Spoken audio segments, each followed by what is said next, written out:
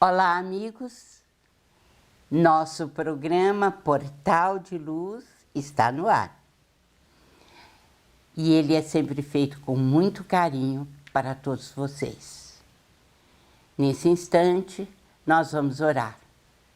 Vamos aproveitar as vibrações espiritualizadas de Chico Xavier. Oremos.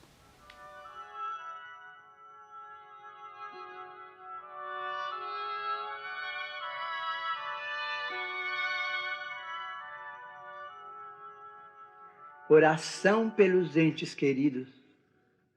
Senhor Jesus, concedeste-nos os entes queridos por tesouros que nos emprestas. Ensina-nos a considerá-los e aceitá-los em sua verdadeira condição de filhos de Deus, tanto quanto nós, com necessidades e esperanças semelhantes às nossas. Faze-nos, porém, observar que aspiram a gêneros de felicidade diferente da nossa e auxilia-nos a não lhes violentar o sentimento em nome do amor, no propósito inconsciente de escravizá-los aos nossos pontos de vista. Quando tristes, transforma-nos em bênçãos, capazes de apoiá-los na restauração da própria segurança. E quando alegres ou triunfantes, nos ideais que abraçam, não nos deixes na sombra do egoísmo ou da inveja, mas sim ilumina-nos o entendimento, para que lhes saibamos acrescentar a paz e a esperança. Conserva-nos no respeito que lhes devemos, sem exigir-lhes testemunhos de afeto ou de apreço em desacordo com os recursos de que disponham. Auxilia-nos a ser gratos pelo bem que nos façam, sem reclamar-lhes benefícios ou vantagens, homenagens ou gratificações que não nos possam proporcionar. Esclarece-nos para que lhes vejamos unicamente as qualidades, ajudando-nos a nos determos nisso, entendendo que os prováveis defeitos de que se mostrem ainda portadores desaparecerão no amparo de tua bênção.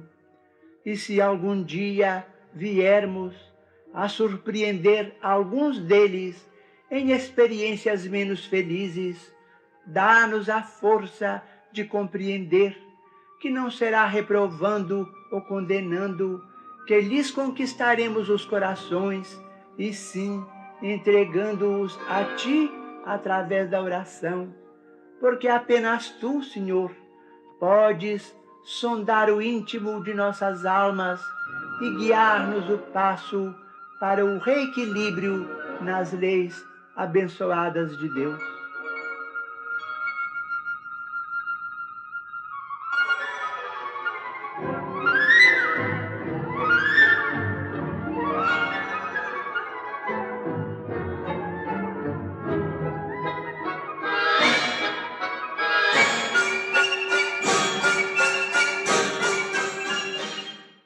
Quando falamos em reforma íntima, fazemos logo a conexão com os vícios e a necessidade de eliminá-los.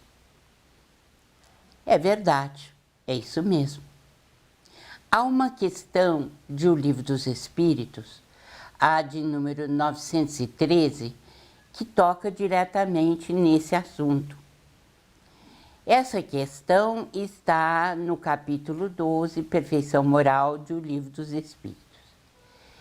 Entre os vícios, é a pergunta de Kardec aos espíritos instrutores. Entre os vícios, qual que podemos considerar radical? A resposta, já o dissemos muitas vezes, o egoísmo. Dele se deriva todo o mal. Estudai todos os vícios e vereis que no fundo de todos existe egoísmo. Por mais que luteis contra eles, não chegareis a extirpá-los enquanto não os atacardes pela raiz, enquanto não lhes houverdes destruído a causa. Que todos os vossos esforços tendam para esse fim, porque nele se encontra a verdadeira chaga da sociedade.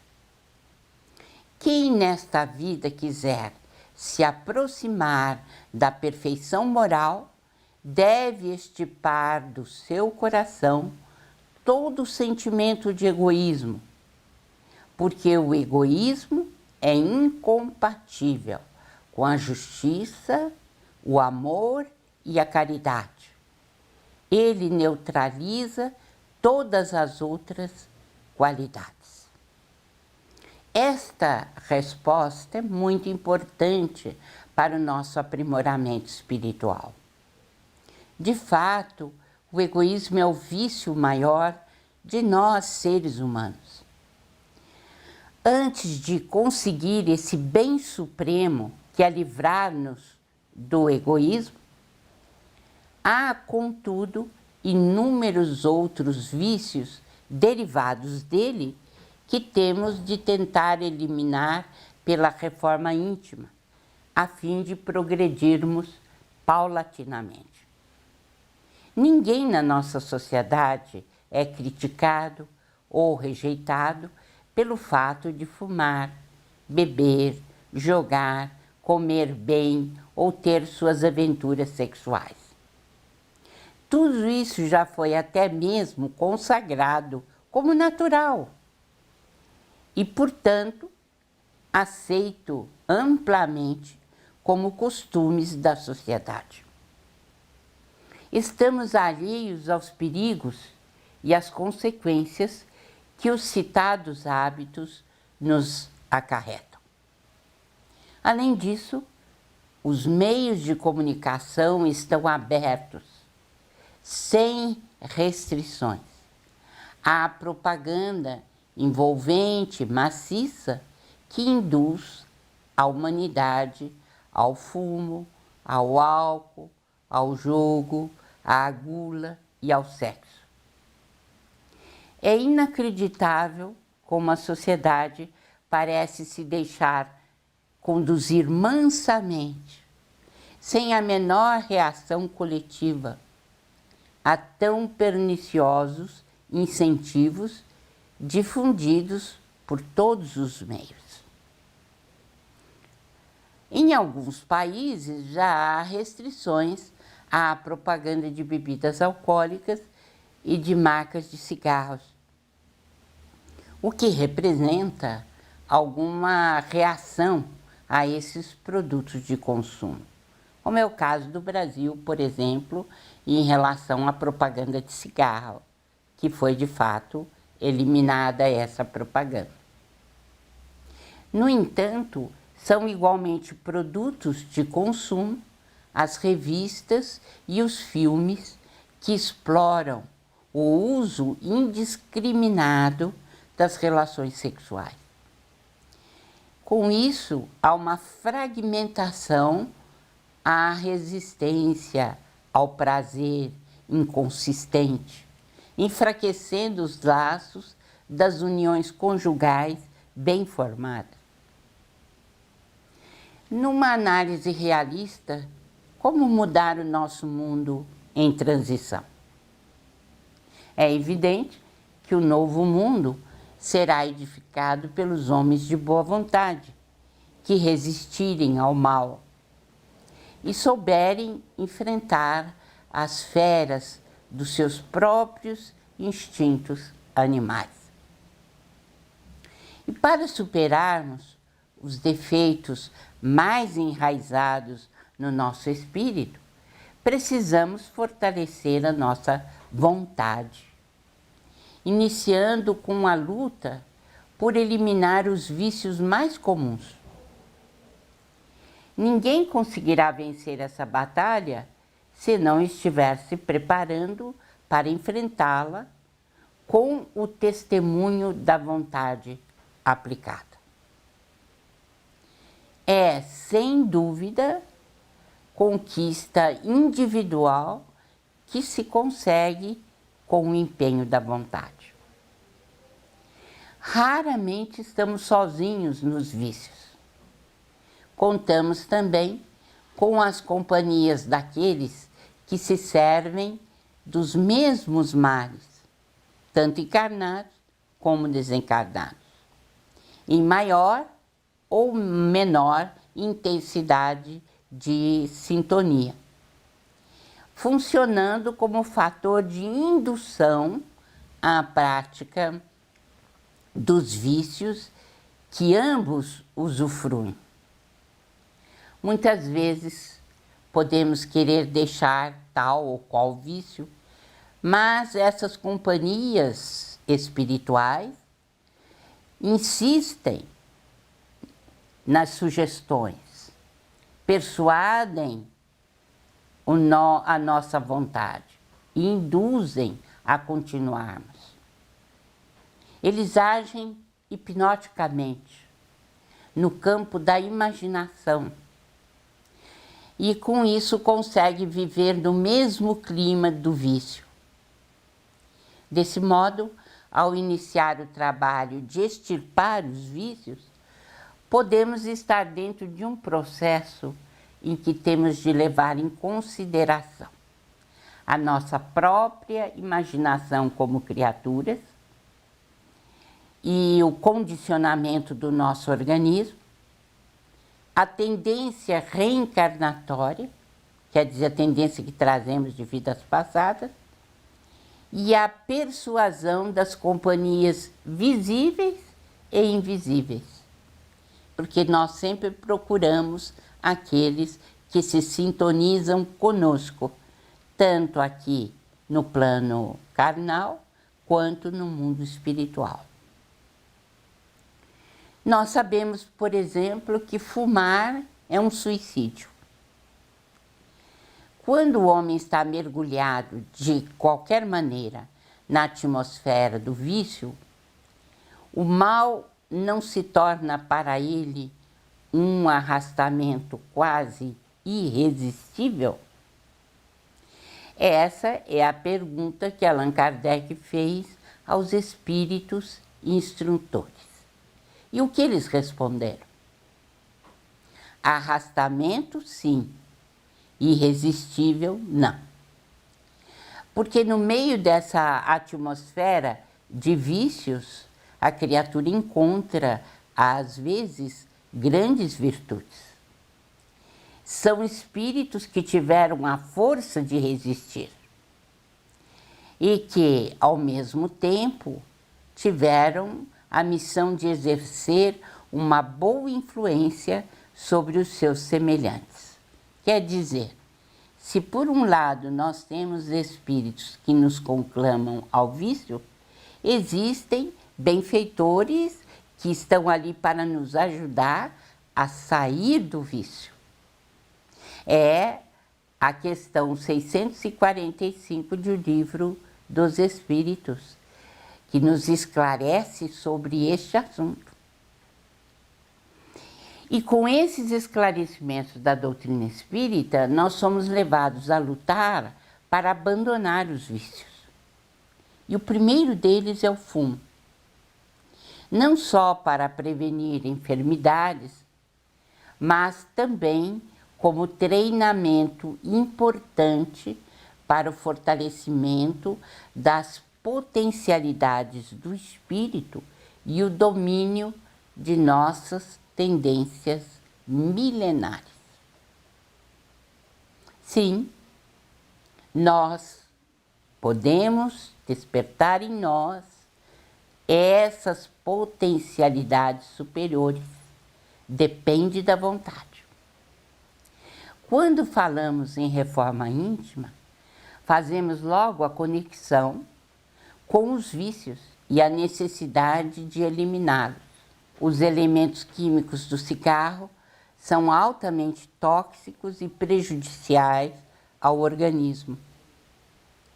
Já tem sido suficientemente comentado pela mídia o surgimento e agravamento das doenças cardíacas, como a angina, o infarto, a hipertensão, a arteriosclerose, resultante do hábito do vício de fumar. Os efeitos também constantes sobre as vias respiratórias, que se irritam e progressivamente se intoxicam, dando origem a traqueites, bronquites crônicas, enfisemas pulmonares, insuficiência respiratória, além dos casos de câncer da boca, da faringe, da laringe, do pulmão e do esôfago. E é preciso ficar bastante atenta. A mulher é ainda mais sensível aos efeitos da nicotina, principalmente na gravidez, quando a nicotina atravessa a placenta, ocasionando danos ao feto. Chega a contaminar o leite materno e pode também provocar abortos, natimortos e prematuros. Há casos, inclusive, de esterilidade acarretada pelo fumo. Não se pode desconsiderar que um fumante que absorve 2 maços por dia durante 30 anos terá sua vida diminuída em 8 ou 10 anos. Portanto, esta é indubitavelmente uma forma de suicídio e deve ser combatida. O jornal Folha Espírita, fundado em 18 de abril de 1974, se dedica à divulgação da doutrina espírita. Saiba mais sobre assuntos atuais com o enfoque do espiritismo, além de entrevistas e artigos de diversos colunistas. Você pode escolher na versão digital ou impressa. Acesse e faça sua assinatura. www.folhaespirita.com.br. A Creche Lar do Alvorecer é uma entidade assistencial mantida pelo Grupo Espírita Caibar Schutel. Localizada em Diadema, tem como propósito trabalhar pelo desenvolvimento de uma cultura de paz, através da educação e da assistência a crianças, jovens e adultos. São 250 crianças atendidas diariamente. Conheça nossas atividades e colabore conosco pelo ideal de um mundo melhor. www.lardoalvorecer.org.br. Retornamos com um Portal de Luz, que tem o apoio cultural da Folha Espírita Editora. Você quer saber mais sobre o jornal Folha Espírita, sobre os nossos livros? Estamos às ordens. Basta telefonar ou passar um e-mail. Nós vamos agora chamar o nosso Maida no momento doutrinário. Vamos acompanhá-lo. Amigas e amigos do Momento Doutrinário, vamos juntos refletir sobre a orientação deixada por Hilário Silva, espírito, através de Chico Xavier no livro A Vida Escreve. Diz Hilário Silva que, diante das águas calmas, Jesus refletia. Afastara-se da multidão momentos antes. Ouvira remoques e sarcasmos. Vira chagas e aflições. O mestre pensava. Tadeu e Tiago, o moço, João e Bartolomeu aproximaram-se. Não era aquele um momento raro? E ensaiaram perguntas. Senhor, disse João, qual é o mais importante aviso da lei na vida dos homens? E o divino amigo passou a responder. Amemos a Deus sobre todas as coisas e o próximo como a nós mesmos. E qual a virtude mais preciosa? Indagou Tadeu. A humildade. Qual o talento mais nobre, Senhor? Falou Tiago. O trabalho. E a norma de triunfo mais elevada? Interrogou Bartolomeu.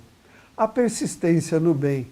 Mestre, e qual é, para nós, todos, o mais alto dever?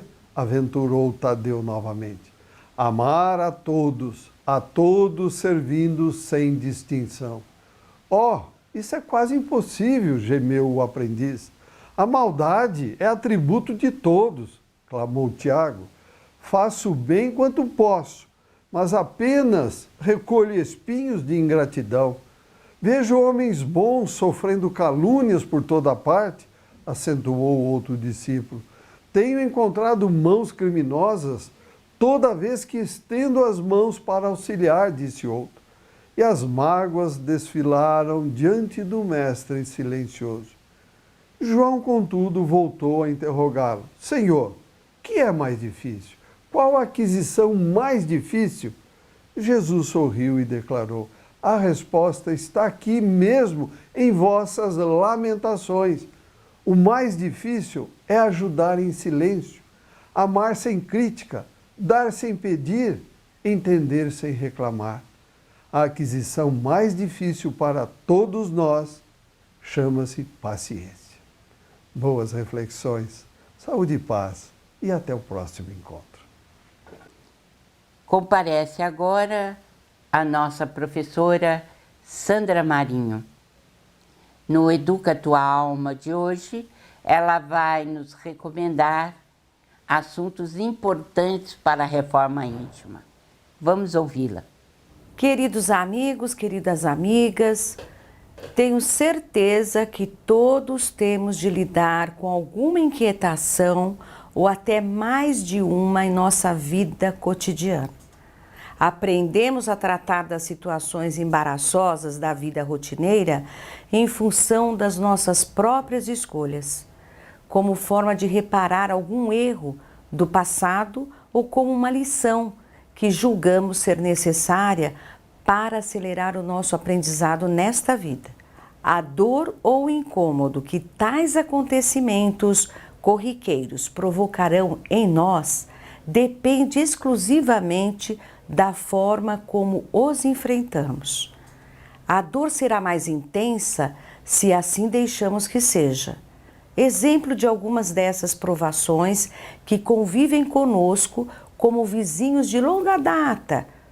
Por exemplo, os desgostos de parentes e amigos que nos atingem de perto, a doença crônica de tratamento contínuo, o parente difícil, o cônjuge exigente, enfim, são aquelas chamadas pedra no sapato, mas que dependendo do modo com o qual lidamos com ela, a dor pode ser mais amena. Mas existem aquelas provações com as quais não contamos, as que chegam de sopetão, sem aviso prévio. Será que estamos preparados para enfrentá-las? Por vezes elas nos chegam quando nos achamos seguros, equilibrados, nos surpreendendo como se fosse um raio fulminante no meio da bonança, retalhando as nossas emoções ou desajustando os nossos pensamentos. André Luiz, no livro Educa Tua Alma, relaciona o que ele chama de notícias infaustas, que quer dizer infelizes, funestas. São os golpes morais dados contra nós por aqueles a quem mais amamos de uma hora para outra, sem aparente motivação.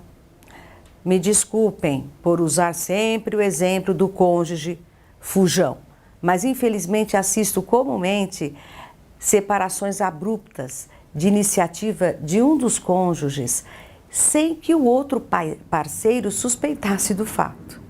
Não é raro, e tenho certeza que a maioria de nós conhece a história de algum casal que passou por esse tipo de situação. A parte abandonada e que absolutamente não contava com isto, com certeza deve se sentir ferida por um golpe fatal de alguma luta marcial qualquer, que a deixa prostrada no chão, sem reação. Outro exemplo pode ocorrer com a descoberta que um filho ou uma filha é dependente de drogas. Enfim, são muitas as situações súbitas provenientes exatamente de nossos entes mais queridos que podem nos pegar quase sempre desprevenidos. Outro grupo das provações de surpresa são os desastres de consequências indefiníveis. Nesta categoria estão os desastres propriamente ditos, automobilísticos, de avião e outros, cujo nome já diz desastres, Ninguém pode prever um desastre, certo? O terceiro grupo são os males súbitos, que mudam totalmente a rota da nossa vida. Por exemplo, uma doença aguda, capaz de não somente alterar o nosso destino, mas de nos conduzir a rever pensamentos e atitudes no momento seguinte ao acontecido. Como fazer? O que nos recomenda o mentor espiritual? André Luiz, por intermédio de Chico Xavier, faz uma analogia entre esses episódios imprevisíveis da vida, com a prova decisiva de um curso qualquer na escola, onde estamos matriculados, no nosso caso, Escola da Vida. Na escola comum, nos preparamos dia a dia, estudando as disciplinas e enfrentamos as avaliações parciais, os trabalhos de classe, etc., os quais funcionam como preparatório para as provas maiores, que desconhecemos o conteúdo exato e o dia em que ocorrerá. A única certeza é que vão acontecer a qualquer momento. Assim, se enfrentarmos com paciência, aceitação e criatividade as provas corriqueiras e os perrengues crônicos, estaremos nos preparando para as provações imprevistas e para os golpes de surpresa.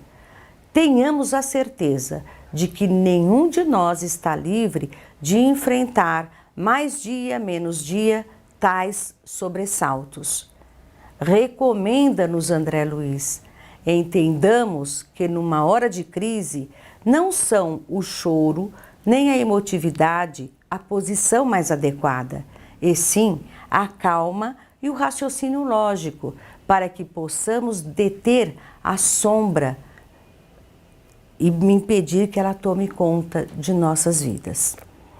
Devemos agir com a serenidade aprendida das provas do dia a dia, para nos sustentar e nos ajudar a sustentar os outros momentos de crise.